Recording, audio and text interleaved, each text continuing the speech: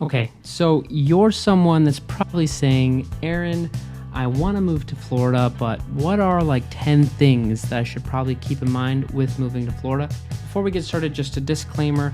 I know it seems like I'm being a tryhard wearing this suit. I do have an appointment after this, hence the suit. Normally you would see me in my normal attire, but that's a side topic. Anyhow, let's get into top 10 things that you should keep in mind when moving to the state of Florida. Okay, so number one on our list is no state income tax. Florida is one of those rare states that does not have a state income tax. We do have a federal tax, but you're not going to be looking at paying an additional income tax just to the state. And this is a huge incentive for a lot of people, especially as people began to work more remotely and they have gotten permission to work from Florida and set that up as their address. They have benefited from those incentives of basically taking up residency in Florida, which is really nice. The next thing I would keep in mind, and this is probably number 2 on our list, is flood zones and flood insurance. So it is probably no surprise to you that Florida falls victim to a lot of natural disasters and natural just issues that come up, especially with the weather. I mean, we have hurricane season. Overall, we're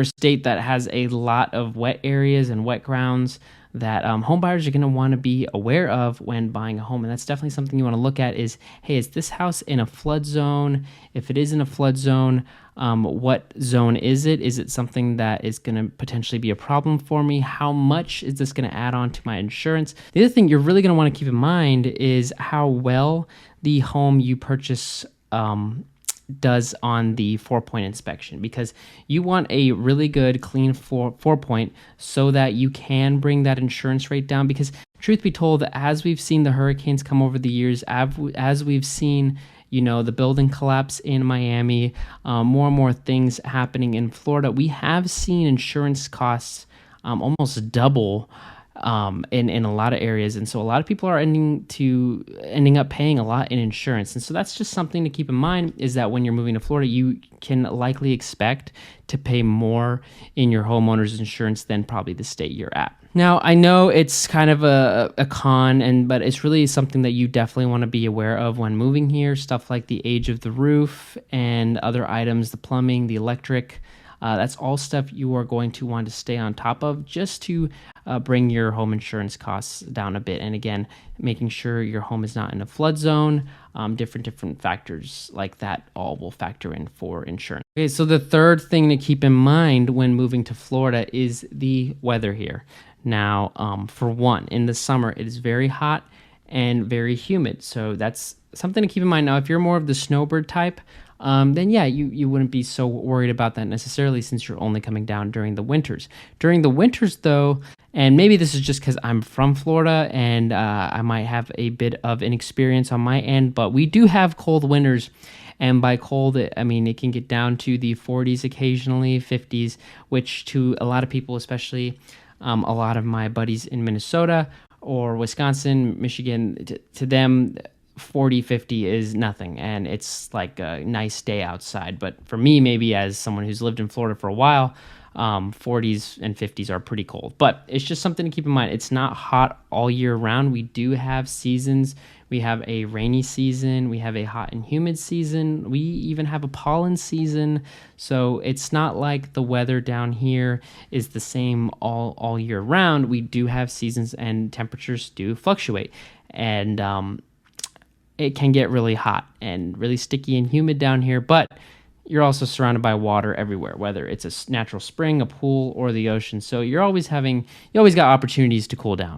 Okay, the fourth thing to keep in mind when moving to Florida, specifically Tampa Bay, is going to be our traffic situation. So Florida saw 500,000 basically new residents between 2021 and 2022, and a lot of those people fluctuated at places like Jacksonville, the Miami area, Tampa Bay, and Ocala, kind of those areas. And so we saw a big increase in population in a lot of those areas, and we've also seen a lot of new developments go down.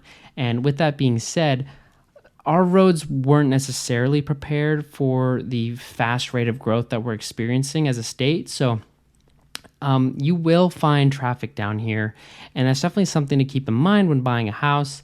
is to look at the roads nearby, and like toll roads, highways, empty country roads. Those are all stuff you want to keep in mind when buying a house, because getting from point A to point B can be a bit of a challenge in some areas that are more congested, and then in other areas where actually you're driving longer distance-wise, you can actually still get there quicker because you have a toll road right there, or there's not much traffic because the area is not as crowded. So it's definitely something to look into. I would definitely ask your realtor, hey, what's the traffic situation like in this part of Florida? I really don't like traffic. Where can I go to avoid traffic? If moving to Tampa Bay and you're not looking to basically have a lot of traffic, I would definitely suggest kind of the Odessa, Pasco County area, because that is more up and coming. And what I've really appreciated about them too is they've been a bit more proactive with getting the roads ready for the new communities that they're building.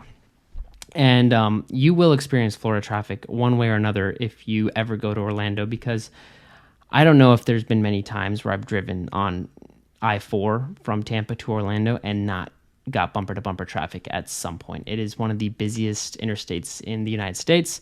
And so, yeah, you're likely going to see traffic on that road. Okay, so the next thing to keep in mind, this is going to be number 5, is the retirement communities. Something I've seen a lot of home buyers and a lot of new people coming down to Florida, or even browsing homes online, is they'll end up liking a lot of homes that are in a 55 plus community, and they themselves are not looking to be in a 55 plus community, or they don't qualify for a 55 plus community. So that's one of the first things you're going to want to check, or at least filter out, is, hey, is this a 55 plus community? Do I want to be in a 55 plus, or do I not want to be in a 55 plus? Because the chances of you accidentally finding a house that you really like that's in a 55 plus community are really high if you weren't looking to be in that community or don't necessarily qualify. So that's something I would just take care of right off the bat. Just keep in mind, we have a ton of really, really nice premier retirement communities down here that can look really nice to a lot of people that don't necessarily qualify for them just because of their age.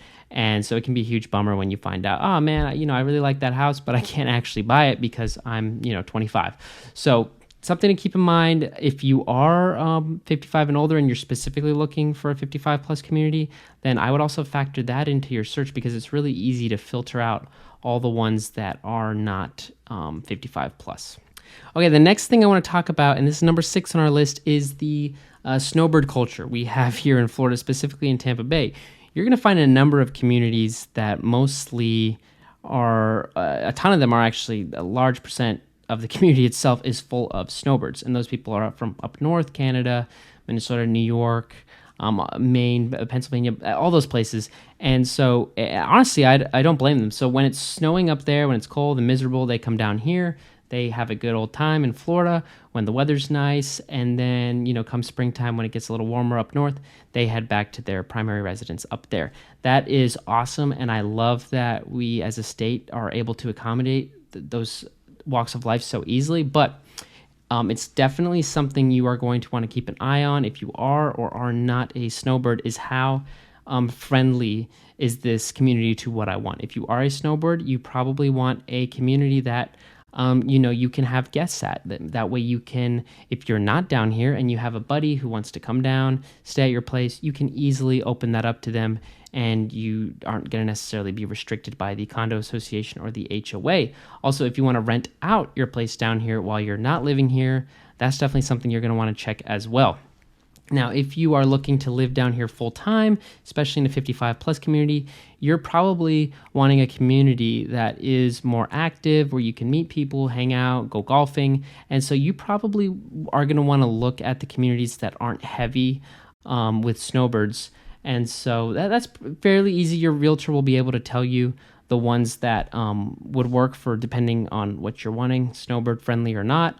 There's really no way to filter it out, but it's definitely something to at least keep in mind.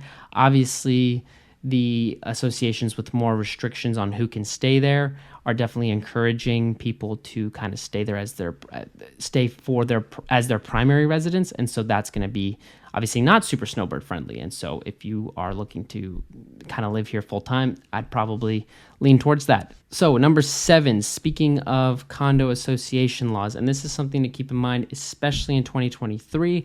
As you probably know, with the Miami condo collapse in 2021, there's been a lot of changes to the way condos are done in 2023. And part of those changes are the milestone inspection reports that are going to have to come, and then also the reserve study that's going to have to be conducted on pretty much every single condo in Florida, at least the ones that are 30 years and older. So, and that's the majority of them. There's not many condos that are younger than that. And so that's going to be something that you definitely want to keep in mind. Actually, with all condos, you definitely want to study the association's financials. And we've talked about this before. You want to make sure that those are healthy and good, and that you're not going to get nipped in the butt later with a bunch of special assessments or a huge hike in fees. But with that being said, and these new condo laws coming into place that are requiring them to be inspected by an engineer, that are requiring the reserves to have a plan to be fully funded by X date,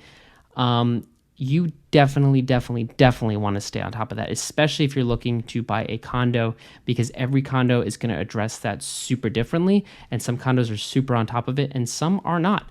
Sorry to say, but you as a home buyer, as someone who's coming to live here, you want to check that out, just like you want to check out the rules and regulations and all that. So that's just something to add on to there. It's also something to keep an eye on with how we might see condo prices change going forward. Okay, so the 8th thing to keep in mind is the diversity of life in Florida. And what I mean by this is Florida, even though we're not necessarily as big as maybe California or Texas in terms of how much land we have, we are pretty big. But in terms of, you compare it to California, Texas, we're not as that big. But we have a very, very, very diverse way of life. Every part of Florida is just super different from the other. I mean, you go down to Miami, and it's just going to be super different. It feels a lot more like a big city. Miami is its own vibe. I don't know if you can really compare Miami to any other city in the United States or in the world. It really is its own thing. It's super diverse with a lot of different cultures there, a lot of fun stuff to do, nice beaches, more crowded. It's older for sure. I mean, Miami's one of the first places that was kind of built up in Florida. So there's that. Key West is right there. And you're on the East Coast, which is a totally different ocean than what we have on the West Coast. In terms of, there you're going to have more waves. Here you don't have waves in Clearwater Beach. They're itty bitty. But you like surfing, then you definitely want to go look at the east side of Florida. So just something to keep in mind. So Miami's there. Then you got Orlando, which is super, super touristy. I mean, you got Disney World, Universal Studios, SeaWorld, all the places, the Kennedy Space Center, Port Canaveral, Cocoa Beach, all that's on the Orlando side. And so that's super touristy. So that also has its own vibe that's totally different from Miami. And then you go up north, past there, you get to Jacksonville, which to me, Jacksonville, and I hope if you're from Jacksonville, I don't mean any offense by this. But to me, Jacksonville almost feels like Georgia sometimes. And I like Georgia a lot. I like the trees. I like the climate. I like how it's a little cooler there. But yeah, to me, Jacksonville has always just felt like Georgia and Florida. In fact, actually, that whole stretch up north just really feels like Georgia. I mean, the second I see the first Buc-ee's, I go, okay, I'm in Georgia. So that's the Jacksonville kind of North Florida area. And you got Tampa Bay, which is very different from the others because you got Clearwater Beach. We have a huge sports culture. Everybody, the Rays, the Tampa Bay Buccaneers, the Tampa Bay Lightning. I mean, everybody here, we love those teams. We support them. They do pretty well. So that's a huge thing that's going on here. We also have a lot of water here in Tampa Bay. I mean, you have a lot of waterfront properties either in the Bay or in the Gulf of Mexico. And so there's you're going to notice people boating, fishing, all that's over here in Tampa Bay. And it's very different from Orlando or Miami. And Tampa Bay probably has there's stuff going on in Tampa Bay. I don't want to say there's more growth going on in Tampa Bay, but Tampa Bay is growing very rapidly, and we're seeing a lot of more new companies coming in, new job opportunities coming into Tampa Bay. I mean, to me, Tampa Bay almost feels like a better place to kind of settle down, and seems more livable than the others, but I don't want to bash the other places. They are really nice places as well. And then you got like Central Florida, which is its own thing. I mean, Central Florida is Florida. I mean, Lakeland, Polk County, that whole area, the kind of the base of the Everglades, that is Florida. I mean, that is alligator hunting, hog hunting, all the outdoorsy stuff, mudding, all that stuff. That's Central Florida. And I mean, there's also other pockets in Florida where that culture kind of presides. But needless to say, Florida is super diverse, and there is something here for every walk of life. Whether you like fishing, hunting, Disney World, Miami, coffee, food, everything, the beach. I mean, there is something here for every walk of life. Golf's another big thing here. So in terms of finding stuff to do and what you like, you don't have to look far in Florida to find something that fits, your hobbies. Okay, so number 9, and this is something definitely to keep in mind, especially when looking in Tampa Bay, especially when looking at properties that are near the water, is Florida was built up a ton during the 60s, 70s. I mean, pretty much since people started moving down here, they haven't stopped, and they've come down rapidly, and the infrastructure has just really been built up from years ago. And so with that being said, you're going to find, especially on, the Gulf of Mexico, all those condos, you're going to find that those condos are a lot older than maybe what you're used to. So you're looking at a lot of condos built 1960s, 1970s, 80s, all that kind of thing. And if you are someone that's specifically looking for new condos, one, they are going to have a much higher price tag than the older condos. And then two, they're going to be a lot more rare and in much higher demand than the old condos, just because there's not that many. Most of Pinellas County is pretty much built up entirely. So for something new to go in, especially along the water, it basically means that something has to be torn down, and then something has to be built on top of that because all the land is pretty much used. Now, if you are only interested in new construction, yes, there are some new construction condos. Yes, you'll find some new construction in Pinellas and Hillsborough County, but really the majority of the new construction is going on in Pasco County and towards the other side, towards the Lithia, Fishhawk area, as well as Polk County. They've got new construction going on there. That's not really Tampa Bay, though. Tampa Bay, if you want to be near Tampa, near Clearwater, really Pasco County is where most of the people here are going for those new constructions. There is more land there. There's a ton of new developments going in there. So if you're looking for new construction specifically, I would definitely recommend Pasco County. If you're looking for condos near the water, you kind of have to ask yourself, is a new construction that important to me, or can I be okay with kind of an older condo? And even with houses in Pinellas County, you're going to find a lot of old houses, and some of them have really been modernized in a really cool way. So you can modernize them, but I wouldn't be too surprised if you notice a lot of dated homes in some super nice areas. That's not surprising. That's very, very normal to Tampa Bay. Okay, number 10, and this is going to be the final thing, and this is just stuff to do. And we kind of talked about this a bit on the diversity of life. There is no lack of stuff to do in Florida, especially Tampa Bay. You like Disney World? You can drive to Disney World. You like the beach? You've got the beach. You like fishing? You've got fishing. You like golf? You've got golf. You like going out on the boat? You've got going out on the boat. You've got the Tampa River Walk. You've got downtown St. Pete. You've got Safety Harbor, Dunedin. I mean, there is even like if you like natural springs, which I much prefer natural springs. I love the crystal clear water. I'm not a big fan of the ocean. I mean, I like the ocean, but if you put the ocean next to a natural spring and give me the option to choose one, the natural spring just sounds so much better. I mean, it's cool, refreshing, it's crystal clear. It's beautiful. There's trees all around. So I really love the natural springs. So, but that is there as well. And there are a ton of them, the springs, the lakes, and they can be really enjoyable, tons of wildlife to go look at. Very diverse, even like rolling hills. We have a ton of rolling hills in like the Brooksville, Ocala area. So there's a lot going on here, and I would just keep that in mind. So that's just 10 things that I would keep in mind when moving to Florida, Tampa Bay in 2023. If you can kind of keep that at the forefront of your mind and just be thinking about those things, it'll definitely benefit you when making that decision of, hey, should I move to Florida or not? And what are some things that I should just be aware of when looking at moving to Florida?